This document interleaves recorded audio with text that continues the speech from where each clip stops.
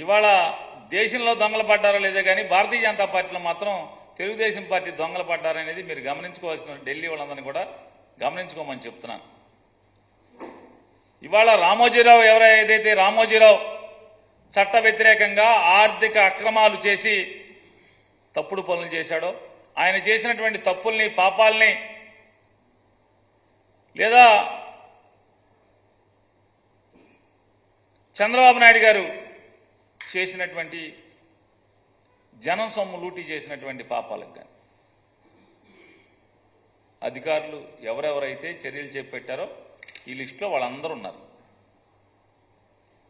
ఈ 22 మందిలో రామోజీరావు మీద చంద్రబాబు నాయుడు మీద చట్టపరమైన చర్యలకు ఎవరైతే ఉపక్రమించారో వాళ్ళు చేసిన పాపాల మీద వాళ్ళందరూ పేర్లు రాసి తప్పుడు ఆరోపణలు చేసి నిర్లజ్జగా నిస్సిగ్గుగా హేయంగా నిరాధారమైనటువంటి ఆరోపణలు చేసి వాళ్ళందరూ కుటుంబ సభ్యులను కూడా ఇందులోకి లాగింది. ఇవాళ ఏంటయ్యా అంటే వదిన గారి కార్యక్రమం మరిది కళ్ళల్లో ఆనందం చూడాలి. మరిది కళ్ళల్లో ఆనందం కోసమే బరితెగించి పోలీసు ఉన్నతాధికారులు 22 మంది మీద ఈ రకమైనటువంటి తప్పుడు ఫిర్యాదు. ఇది బరితెగింపు కాక ఏమంటారు? వదిన గారి బరితెగింపు కాక ఏమంటారు దీన్ని? ఈ పురంధరేశ్వరి గారు ఎలా ఉందంటే ఆవిడ తంతు భారతీయ జనతా పార్టీ అధ్యక్షురాలు కాదు, రెండావుల దూడగా ఉంది. ఆవిడ తంతంతా కూడా రెండావుల దూడ. రెండావుల దూడ అంటే ఏంటి? ఆవు దగ్గరికి వెళ్ళి పాలు తాగేస్తుంది, ఈ ఆవు దగ్గరికి వెళ్ళి పాలు తాగేస్తుంది ఆవు దూడ. ఆ తంతు ఆ మోడల్లో ఈవిడ తెలుగుదేశం పార్టీకి భారతీయ జనతా పార్టీకి పడదు. ఎప్పుడు మొన్నటిదాకా పవన్ కళ్యాణ్ తన్నిచ్చుకుని కొట్టించుకుని అవమానాలు తిట్లు పడ్డే వాళ్ళని ఒప్పించేంత వరకు కూడా భారతీయ జనతా పార్టీకి తెలుగుదేశం పార్టీకి పడదు. అది అందరికీ తెలిసి సత్యమే కదా. ఈవిడ వదిన గారు పడకపోతే చంద్రబాబు నాయుడు ప్రజాధనం లూటీ కేసులో జైలుకి వెళ్తే చంద్రబాబు నాయుడు గారి కొడుకుని అమిత్ షా దగ్గరికి చేయి పట్టుకుని తీసుకెళ్తుంది, అపాయింట్మెంట్ ఇప్పిస్తుంది, బెయిల్ ఇప్పించమని అడుగుతుంది. అంటే అందరూ అడిగారు, అమ్మా నువ్వు భారతీయ జనతా పార్టీ అధ్యక్షురాలు కదా, మీ పార్టీకి వాళ్ళ పార్టీకి పడదు కదా, ఒక భారతీయ జనతా పార్టీకి ఒక రాష్ట్ర అధ్యక్షురాలుగా మీకు పడనటువంటి ప్రత్యర్థి రాజకీయ పార్టీ జాతీయ కార్యదర్శిని ప్రధాన కార్యదర్శిని ఆ పార్టీ ప్రధాన కార్యదర్శిని తీసుకెళ్లి నువ్వు ఎందుకు ఈ రకమైన మధ్యవర్తిత్వం చేశావు అని అడిగితే మా చెల్లెలు కొడుకు వచ్చేశాడు.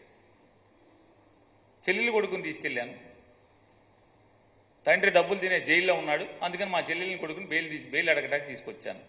అందుకే రెండావులు దూడ అంటున్నాం. పార్టీలు అయితే పార్టీలు లేకపోతే సుట్టరకాలు. అటు ఇటు తెలుగుదేశం, అటు ఆ తండ్రిని చంపినప్పుడు మరితో చేతులు కలిపారు. ఇవాళ పేదలందరిపై పెత్తందారులు చేసేటువంటి పోరాటంలో మరి తరపున మళ్ళీ బయలుదేరారు ఒకళ్ళు తప్పుచ్చుకుని. ఇంతకన్నా గనురాలు ఎవరుంటారు చెప్పండి? భారతీయ జనతా పార్టీ వాళ్ళు కనుక నికార్సైన భారతీయ జనతా పార్టీ వాళ్ళు రాష్ట్రీయ స్వయం సేవకులందరూ కూడా గర్వపడండి. మీరందరూ కూడా ఇంత మంచి వదిన గారు దొరికింది, ఇంత గనురాలు మీ పార్టీలో మొత్తం మిమ్మల్ని అందరినీ కూడా తోసేసి తెలుగుదేశం వాళ్ళందరికీ టిక్కెట్లు ఇచ్చేసి ఎటు కావాలంటే అటు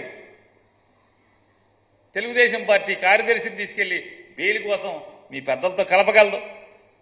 గట్టిగా నిలదీస్తే మా చెల్లెలు కొడుకు అంటది, మీకు పిల్లలు లేరా, మీకు చెల్లెలు లేరా అంటది.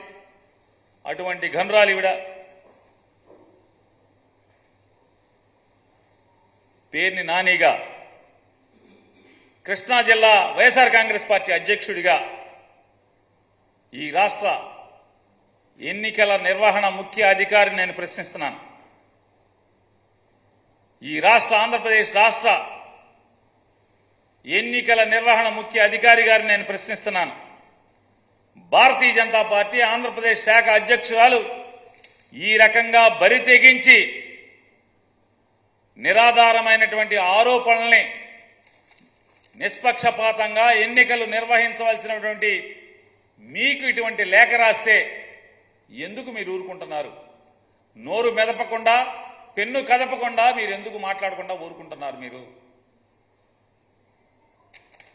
ఈవిడ నిరాధారమైనటువంటి అసత్య అవినీతి ఆరోపణలు 22 మంది నికార్సైన నిజాయితీగా ఉన్నటువంటి పోలీసు అధికారుల మీద తప్పుడు ఆరోపణలు చేస్తే మీరెందుకు ఆవిడని నిలదీయట్లేదు, ప్రశ్నించట్లేదు? ఆవిడ ఆధారాలు పట్టుకు రమ్మని చెప్పాలి, లేదంటే ఆవిడని జైల్లో వేయాలి కదా. ఎన్నికల సమయం కదా ఇది. ఎందుకు మీరు చేష్టలడికి ఊరుకుంటున్నారు? నిమ్మకు నీరెత్తినట్టు ఎందుకుంటున్నారు?